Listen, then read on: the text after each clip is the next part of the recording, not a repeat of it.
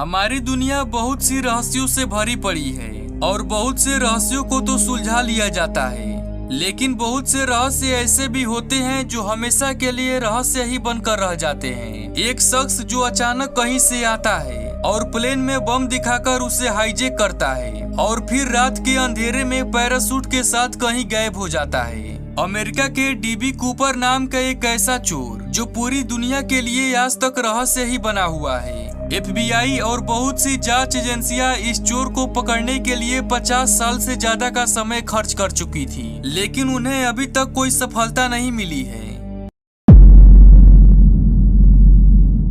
यह घटना 24 नवंबर 1971 की है, जब डीबी कूपर नाम का एक व्यक्ति काला सूट पहनकर और काला बैग लेकर एक जेंटलमैन की तरह अमेरिका के पोर्टलैंड एयरपोर्ट पर पहुंचता है और टिकट काउंटर से बोइंग 727 प्लेन में अपने लिए $20 में पोर्टलैंड से सिएटल की एक तरफा टिकट बुक कराता है। उस समय अमेरिका के एयरपोर्ट्स में ज्यादा सुरक्षा के इंतजाम नहीं थे, इसीलिए डीबी कूपर अपने बैग को आसानी से प्लेन के अंदर ले जाने में सफल हो गए और अपनी सीट 18C पर बैठ जाते हैं। 2:50 PST में प्लेन पोर्टलैंड से उड़ती है और उड़ने के कुछ देर बाद कूपर अपने लिए बर्बन ड्रिंक और सोडा ऑर्डर करता है। उसके फ्लाइट का सफर सिर्फ 30 मिनट का ही था, इसीलिए ज्यादा समय बर्बाद न करते हुए वे अपने प्लेन में लग जाता है। डीबी कूपर अपने नजदीक खड़ी फुलरेन शेफनर नाम की फ्लाइट अटेंडेंट को पास बुलाकर उसे एक पर्ची देते हैं।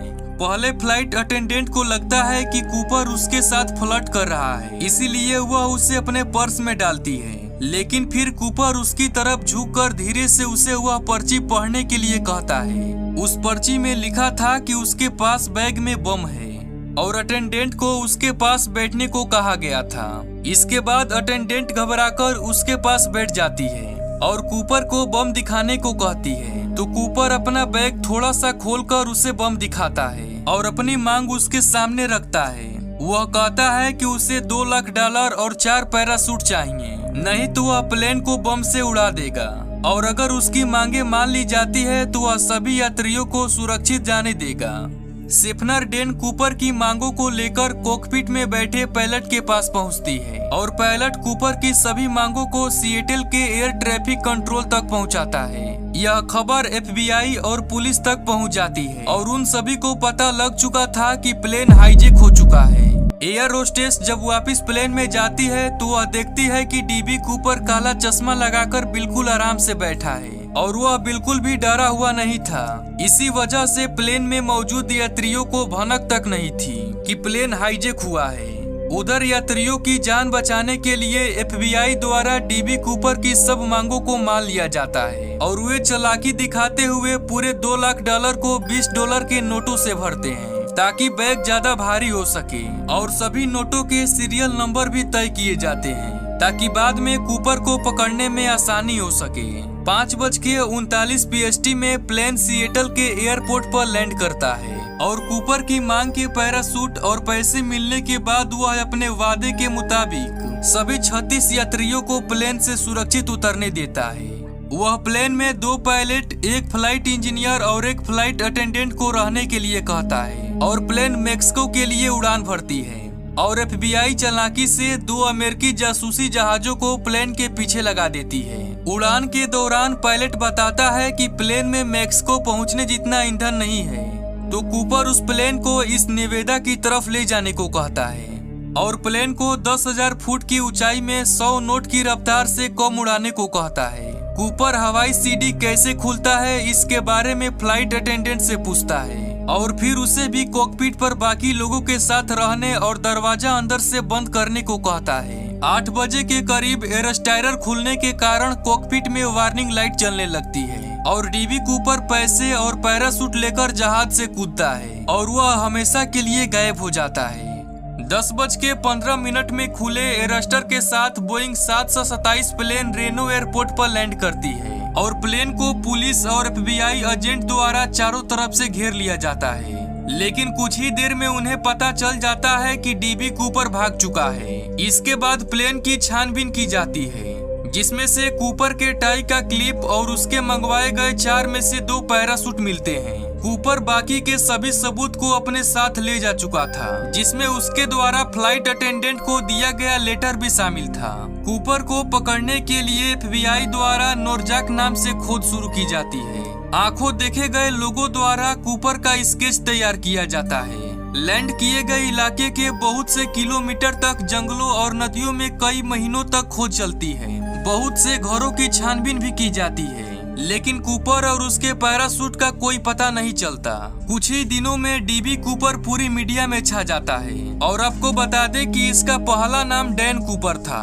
डीबी कूपर एक न्यूज़पेपर वाले ने गलती से नाम छाप दिया था और लोगों को ये नाम ज्यादा पसंद आने लगा। इस तरह से एक न्यूज़पेपर की गलती के कारण डैन कूपर का नाम डीबी कूपर रखा गया और वो हर जगह इसी नाम से प्रसिद्ध हो गया था।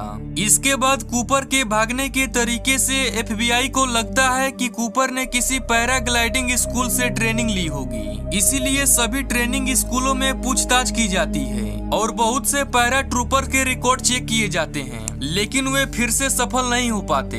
बहुत सी छानबीन के बाद भी जब कूपर का कुछ पता नहीं चला तो लोग मानने लगे कि लैंडिंग के दौरान कूपर की मौत हो गई होगी, पर उसके मौत का भी कोई प्रमाण नहीं मिल सका, क्योंकि न कूपर की लाश कभी मिली और न पैसों का बैग और न ही पैराशूट कभी मिल पाया। लेकिन घटना के 8 साल बाद 10 फरवरी 1980 को 8 साल के ब्रायन इंग्राम नाम के बच्चे को अपने परिवार के साथ लकड़ी इकट्ठा करते हुए रेत के नीचे दबे हुए $20 के नोटों के 3 बंडल मिलते हैं। बहुत सालों से रेत के नीचे दबे होने के कारण नोट खराब हो गए थे, पर बीच के कुछ नोट अभी भी सुरक्षित थे और अधिकारी इन नोटों के सीरियल नंबर देखकर ये पहचान जाते हैं कि ये वही नोट हैं जो उस रात कूपर को दिए गए थे। इस घटना के बाद कूपर के केस ने फिर से तेजी पकड़ी। ये नोट यहाँ कैसे पहुँचे, इस पर बहुत विवाद हुआ। किसी का कहना था कि ये कूपर ने फिरौती में मांगे नोटों का कभी इस्तेमाल नहीं किया और उन्हें यहाँ छुपाकर रख दिया था, और किसी का कहना था कि पैराग्लाइडिंग के समय नोट के कुछ बंडल कूपर के बैग से गिरकर यहाँ आ गए। ऐसे ही बहुत सी कहानियां बनाई गई, पर इस घटना से कूपर का कुछ भी पता नहीं चल पाया।